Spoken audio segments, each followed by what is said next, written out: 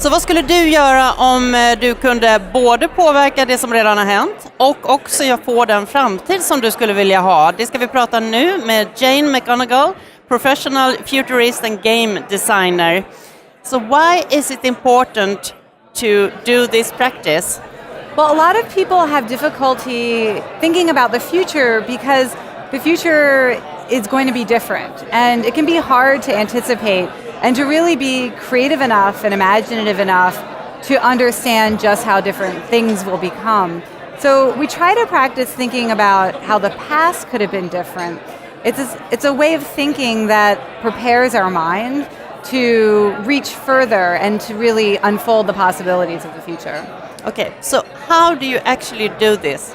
So it's called counterfactual memory, and what you do is you think of an action that you took in the past or a decision that you made, and you imagine yourself taking a different action or making a different decision. So for example, if you moved somewhere in your life, what if you hadn't made that move? What if you had continued living where you were before? You try to imagine all of the different impacts that would have had on your life and try to picture where you would be today as a result. And so your mind has to reach for the different possibilities and to be creative in trying to figure out how reality could have unfolded. And it turns out that that habit of thinking makes us much better at predicting all of the possible futures that could come to pass.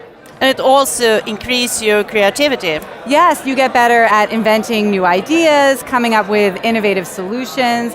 Anytime the mind has to reach for something that it has never imagined before, it primes the underlying brain circuitry to be creative. So do you practice this when you are a game designer?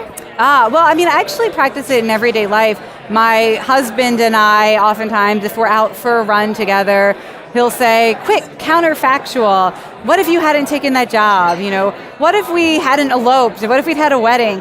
And we try to practice that together. So it's actually just a habit that's built into my everyday life.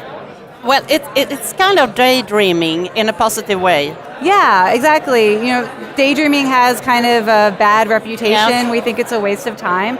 But specific strategic kinds of daydreaming can actually be very helpful. Yeah. So for us working in the IT sector, I think it's very important too to predict new things and how to, for example, teachers working with pupils in school and so on.